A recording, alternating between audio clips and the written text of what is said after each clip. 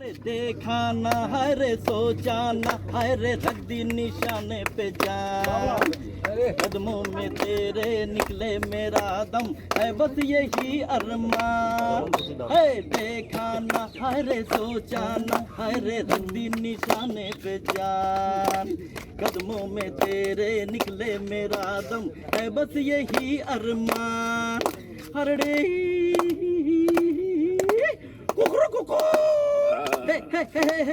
দেখুন, মাননীয় নরেন্দ্র মোদী ক্ষমতায় আসার পর থেকে জঙ্গিদের নিকেশ করার যে এখানে অভিযান চলেছে, তাতে জম্মু কাশ্মীর থেকে তামিলনাড়ু এবং আসাম থেকে গুয়াহাটি থেকে গুজরাট সব জায়গা থেকে জঙ্গি দমন শুরু হয়েছে এবং দক্ষিণ ভারত থেকে আরম্ভ করে পূর্ব ভারত পশ্চিম ভারত পর্যন্ত যে মাওবাদী টেরোরিজম চলেছে তাও শেষ হয়েছে। শেষ ঘাঁটি ছিল পশ্চিমবঙ্গ, যেখানে যারা ক্ষমতায় ছিল জঙ্গিদের লালন পালন করেছে। এখানে বাংলাদেশ থেকে ডেকে নিয়ে এসে থাকার জায়গা দিচ্ছে। আজকে আমি যে নিউ টাউনে দাঁড়িয়ে আছি, এই নিউ টাউন একটা বড় ঘাঁটি জঙ্গিদের। সাপুরজি থেকে বহুবার টেররিস্ট বা গ্যাংস্টার, মিজোরাম থেকে পাঞ্জাব, সব জায়গার অ্যান্টি ন্যাশনাল অ্যান্টি সোশ্যালরা এইখানে ধরা পড়েছে। আর এদেরকে কোনোদিন এদের মূল উপড়ে ফেলার চেষ্টা হয়নি। তো তাদের শেষ ঘাঁটি যখন ধ্বংস করা হচ্ছে, ওরা কিছু না কিছু রিভেঞ্জ করবেই। সেজন্য সরকারকে সাবধান থাকতে হবে, কেন্দ্রীয় এবং রাজ্যের সমস্ত গোয়েন্দা এজেন্সিকে সক্রিয় থাকতে হবে, নজর রাখতে হবে। খালি নেতা নয়, সাধারণ মানুষের জীবনও খুব মূল্যবান। একটাও যেন জীবনহানি না হয় জঙ্গিদের হাতে, সেভাবে সতর্ক থাকতে হবে। সাধারণ মানুষকেও একটুখানি সতর্ক থাকতে হবে। শেষ কামড় দেওয়ার চেষ্টা করছে ওরা পশ্চিমবাংলায়, কারণ রাজনীতিক আর ছাতার তলাতেই এরা বেড়েছে। সেই ছাতাটা আমরা সরিয়ে নিয়েছি, সেই জন্য তারা কিছু রিভেঞ্জ করার চেষ্টা করছে। আমার মনে হয় পুলিশ প্রশাসন গোয়েন্দারা খুব সতর্ক আছেন এই ব্যাপারে।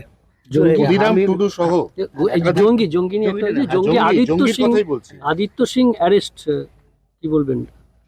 এই যে জঙ্গিদের তার বহু দূর অবধি যুক্ত, বহু বছর ধরে তারা এখানে তৈরি করেছে এই ধরনের ঘাঁটি। আপনারা জানেন খাগড়াগড় বলুন বা একাধিকবার বোম বিস্ফোরণ নাম করে আমাদের পিংলাতে, মেদিনীপুরের নৈহাটিতে, এরকম মালদা থেকে বীরভূম থেকে আরম্ভ করে বারুইপুরের বোমা কারখানা, নর্থ বেঙ্গল মালদা পর্যন্ত বহুবার এরকম দুর্ঘটনা ঘটেছে, বহু জীবনহানি হয়েছে। বিস্ফোরক টোটো করে নিয়ে যাচ্ছিল, মালদাতে ফেটেছে। এই ঘটনা আমরা জানি, আর এটা আজ না 10-12 বছর ধরে চলছে লাগাতার। তো সেই জন্য তার আগেও আমরা সিপিএম আমল দেখেছি, যারা পাঞ্জাবের টেররিস্ট তারা এসে অকালি এই টেররিস্টরা এখানে পুলিশের সঙ্গে আর এনকাউন্টারে মারা গেছে। এই যে সরকার ছিল তারা হচ্ছে এদেরকে সেফ হেভেন বানিয়ে দিয়েছে রেপিস্ট টেররিস্টদের। কোনোদিন তার গায়ে হাত দেয়নি, বুঝিয়ে দিয়েছে আমরা তোমাদের সঙ্গে আজ খালি ভোটটা করিয়ে দাও। তাই বাংলাদেশ থেকে, নেপাল থেকে, চারদিক থেকে ঢুকে এখানে শেল্টার নিত। তো সেই জন্য এরা বিভিন্ন লোককে টার্গেট করছে স্বাভাবিকভাবেই, কিন্তু সরকার আমার মনে হয় এটা করতে দেবে না। এই ঘটনাতে এনআইএ তদন্ত শুরু করেছে, তাহলে কি দেশের জন্য কোনো বিপজ্জনক কিছু না? কোথাও বিস্ফোরক, কোথাও বন্দুক, এসব থাকলে এনআইএর হাতে যায়, সুরক্ষার ব্যাপার।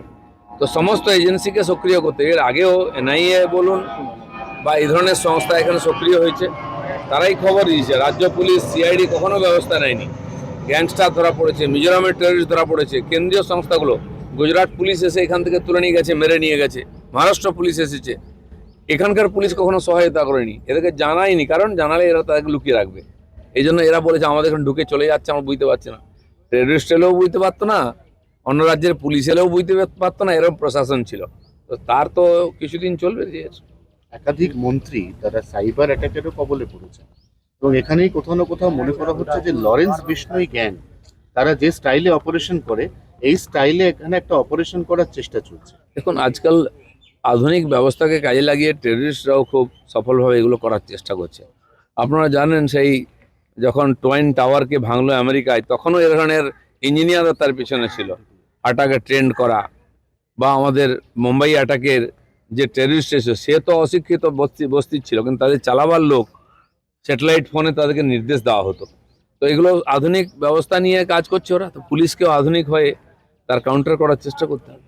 মন্ত্রী ক্ষুদিরাম টুডু তিনি সমাজ মাধ্যমে জানিয়েছেন যে তার সাইট হ্যাক হয়েছে, যেন কেউ টাকা পয়সা না দেয়, এইভাবে সাইবার বলছি তো, হতে পারে, এগুলো সব কিছুই সম্ভব। আগে থেকেও চলতো, লোকে বললে কেউ কমপ্লেন নিত না, সাধারণ মানুষ ভুগেছে, এখন সামনে আসছে। সেই জন্য সব ব্যাপারে চোষদুরুস হতে হবে, সময় লাগছে। সমস্ত ব্যবস্থা ভেঙে পড়েছিল, পুলিশ প্রশাসন, পুলিশের কাজ ছিল টাকা তুলে পার্টির লোকেদের কাছে পৌঁছে দেওয়া। টিএমসির আমলে। তো এখন পুলিশকে তাদের কাজে ফিরিয়ে আনতে গেলে সময় লাগবে, তাদের রুচি নষ্ট হয়ে গেছে, কাজ করার অভ্যেস চলে গেছে, তাদের কাছে সোর্স নষ্ট হয়ে গেছে। এইসব ঘটনার সোর্সের মাধ্যমে খবর আছে, সেগুলো নাই। কেন্দ্রীয় সংস্থার সহযোগিতা নিয়ে এখানকার পুলিশ কাজ করে সমাধান করবে। দাদা, দেখা যাচ্ছে যে ব্লাড ডোনার যাদের রক্ত নিয়ে কোটি কোটি টাকার ব্যবসা, এই বেসরকারি ব্লাড ব্যাংকগুলো নিয়ে পাচারের অভিযোগ উঠেছে, তদন্ত নির্দেশ হয়েছে। এবার তৃণমূল বিধায়কদের নেতাদের স্ট্যাম্প এবং কাগজপত্র মিলল, তাহলে কি তৃণমূল নেতারা কিছুই ছাড়ে না? কয়লা, বালি, এবার রক্ত। দেখুন, কয়লা বালি থেকে আরম্ভ করে জমি আর মানুষের রক্ত শুধু নয়, মানুষের অঙ্গ প্রত্যঙ্গেরও ব্যবসা হতো এখানে, সেগুলো ধরা পড়েছে আগে। আর দুর্ভাগ্যবশত তাদের লোকেরাই জনপ্রতিনিধি হয়ে গেছিল, তাদের টাকায় রাজনীতি করতো, নেতা মন্ত্রী এমএলএ এমপি হয়ে গেছে। তো আরও অনেক বেরোচ্ছে, আরও বেরোবে অনেক কিছু। দাদা, পিকে জয়ী হলেন, মানে উপনির্বাচন যদিও, কিন্তু আমরা দেখছি যে উপনির্বাচনে সাধারণত শাসক দল জয়ী হয়। আর যেখানে রিগিং হয় সেখানে শাসক দল জয় হয়। পশ্চিমবাংলায় হতো, যেখানে ফেয়ার ইলেকশন হয়, মানুষ যাকে মনে করে তাকে জেতাবে। প্রশান্ত কিশোর একজন একটা রাজনীতি পার্টির নেতা, মানুষ হয়তো ভাবছে যে এরকম কাউকে দিয়ে টেস্ট করা যায়। কিন্তু বিরোধীরা স্বভাবতই বলে যে ইভিএমে হ্যাকিং হয়েছিল এর আগে, যে প্রশ্ন তুলেছিল, তারপর যে লিস্ট এসআইআর এর ফলে সেখানে সুবিধা দেখুন, বিজেপি। এই বিরোধীরা যারা এখন চেঁচামেচি করে, তারা মানুষের উপরে কখনো ভরসা করেনি, তাই রিগিং করতো, লুট করতো। একবার ক্ষমতায় এসে গেলে মানুষ যদি ভুল করে বসিয়ে দেয়, তারা লুটপাট করে ভয় দেখিয়ে ক্ষমতা ধরে রাখতো। সিপিএম করতো এখানে, তারপর টিএমসি 15 বছর করেছে। অন্যান্য রাজ্যে তাই, জিতে গেলে সেটা জনগণকে ধন্যবাদ দেবে না, আর হেরে গেলে ইভিএমকে দোষ দেবে। এই হচ্ছে বিচিত্র রাজনীতি। একা টুলুরই 200 কোটির ওপরে সম্পত্তি, লাস্ট যে পরিসংখ্যান দেখা যাচ্ছে 200-র বেশি কোটি টাকার সম্পত্তি একা টুলু। আমরা ভেবেছিলাম যে আগের রেকর্ডগুলো ভাঙতে পারবে, কিন্তু পারলো না। চান্স আছে এখনো, কত বাড়ি গাড়ি টাকা পয়সা জানা যাবে। 550 কোটি 350 কোটি রেকর্ড এখনো টিএমসি নেতাদের আছে। টুলু মণ্ডল কতদূর যায় আমরা দেখছি। দেখুন, কাছে ডায়েরিও উদ্ধার হয়েছে, যার মধ্যে প্রশাসন এবং পুলিশের কাছে কি দিত, টাকা পয়সা কি দিত, ইজারা সবকিছু সেই ডায়েরিতে অনুব্রত প্যাটার্ন যেটা ভালোই যেত, ডায়েরি পাওয়া গেছে, সব তথ্য পাওয়া যাবে। আরো ডায়েরি আছে, হয়তো খোঁজা উচিত। চলো। বলছি, আজকে কাকুলি শিবিরদের সঙ্গে বৈঠক মুখ্যমন্ত্রী, এনসিপিআই এর ভবিষ্যৎ কি আদৌ স্থির হবে? কারণ আজকে মুখ্যমন্ত্রী সঙ্গে বৈঠক। যার ভূত নাই তার আবার ভবিষ্যৎ কি? এইসব বৈঠক মিটিং রাজনীতি চলতেই থাকে, রেজাল্ট দেখুন কি হয়। না, মুখ্যমন্ত্রী নিজে যাচ্ছেন মানে তো কিছু একটা গুরুত্ব উনি দিচ্ছেন, তাহলে উনি দিল্লি উড়ে যাবেনই। দেখুন, এইগুলো রোজ পাল্টাবে, এ কার সঙ্গে আছে কার সঙ্গে নাই। কিছু লোক আমাদের এখানে যেন খুব বড় অফিসার, তিনি রাজ্যসভায় গিয়েছিলেন, তার নাম শোনা যাচ্ছে, উনি কোথায় আছেন?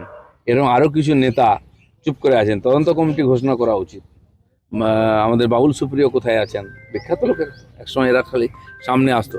এদেরও মতামত আবার নিন তো, ওনারা কি ভাবছেন। নন্দীগ্রামে তো দেওয়াল লিখন শুরু হয়ে গেল, মানে বিজেপি যখন তো ভোট ঘোষণা হয়নি, অঞ্জন ভারতের দেওয়াল লিখন হচ্ছে নন্দীগ্রামে।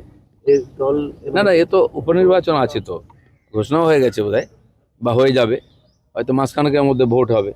তো কর্মীরা সবচেয়ে সতর্ক আছে। ভারতীয় জনতা পার্টির যে ইলেকশন মেশিনারি, সেটা সারা বছর সক্রিয় থাকে। নির্বাচন, উপনির্বাচন, ত্রিস্তর পঞ্চায়েত থেকে মিউনিসিপ্যালিটি থেকে এমএলএ এমপি, সব নির্বাচনে আমরা আগের থেকে প্রস্তুতি থাকি, তার টিম থাকে, তারা সে কাজ নিয়ে ব্যস্ত থাকেন, তারা সে কাজে লেগে পড়েছেন।